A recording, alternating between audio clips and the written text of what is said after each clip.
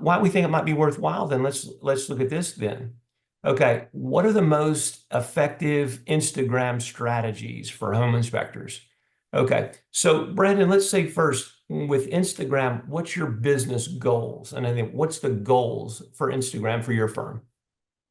Back before the gnarled settlement, a lot of it was to connect with agents, and so get a little bit more visibility there. I think we're transitioning more now gearing towards home buyers and just direct to the public type of content. So that's kind of what the strategy is, I guess. Okay. All right. Well, I just made some notes, that I had. What about educational content? Okay, so let's say we have a person that we know that has a company that provides insurance or this, that, and the other on on wells. Okay, so if you work in an area where there's a lot of wells, why wouldn't you be doing something about that and educating the consumer? What about other products and services that you offer? Why wouldn't you be educating the consumer? Remember, Sitzer Burnett is pushing agents out of the loop more and more. And what happens is the home inspector, I want y'all to move into consultant role.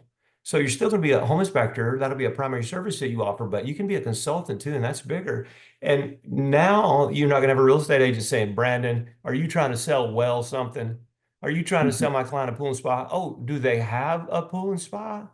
Oh, well, they have one. Well, I guess I'm offering it. You're right. Mhm. So, now that we push them out of the way, we haven't pushed them effectively enough yet, but as soon as we get them completely out of the way, I mean, why wouldn't we try to put on Instagram information, educational content quickly? Got a well? You know how much it costs to Yeah. replace it? Boom, here's a program. Test it and Mhm. insure it. Or Yeah. can your family afford $7,000 to replace your well? There's Mhm. great advertising strategies we can do about it. How about showcasing home inspections? So let's say you come in, hey, how you doing today? Blah blah blah, and I'm showcasing a home inspection. Okay, here's what we're going to do today. I kind of like um, when we did the driveway presentations, we would always say, hey, here's what we're going to do today, blah, blah, blah. I mean, if you're doing that on a video, because when you look at what people are asking online about home inspections, they're wanting to know, how does the process work? Well, when we did the driveway presentation, we said it completely how it worked. Mhm. Okay, that's a great Instagram video. I made another one that we should leverage stories and reels. Mhm. I mean, if it isn't about video, why are we doing it? You know what I'm saying? We are the kings of video, right? Mhm. Now, Brandon, I heard you say a minute ago you incentivize your inspectors to do videos for you. Talk to me a minute about that, because I mean that fits right into this strategy. Yeah. Yeah, I mean, I'll just tell you up front how we do it. If they basically, it's a monthly bonus that we give them. It's if they get us 10 videos or 10 pieces of content in a month, they get $100 bonus, and so that's what the structure is there specifically. But again, like they're the ones that are out in the field. They're getting, they're seeing the interesting things or the weird things. I remember back in the day when I was out inspecting one house it was an unfinished basement, but they wanted some heat to go in that unfinished basement. Well, someone put a hole in like a duct piece of ductwork, right? And it was one of those flexible ducts. They cut a hole in it and then put a toilet paper, cardboard ring in it to keep it open.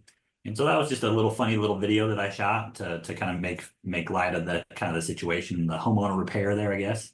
That was a But those crappy situation there. right. So those are the types of things that we like to get from our guys. And it doesn't even have to be like a weird thing. Recently we were doing a sewer scope, I think, on a new construction home. Well, one of the overhangs on the house, little cantilever, was covering the sewer, the clean out. And so there's no way to access that. So our guy, he's good and he's funny. He made a little video about it, and um, he was able to do the sewer scope somehow still, but those kinds of things are what we like to see from our guys.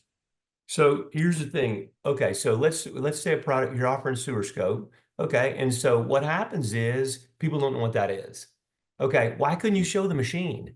Why couldn't you talk about the Yeah. tools you use? Why couldn't you talk about that camera and why you can see what you can see? So you're not just shooting a Mm. video, but you got little segments about all the aspects of Sewer Scope.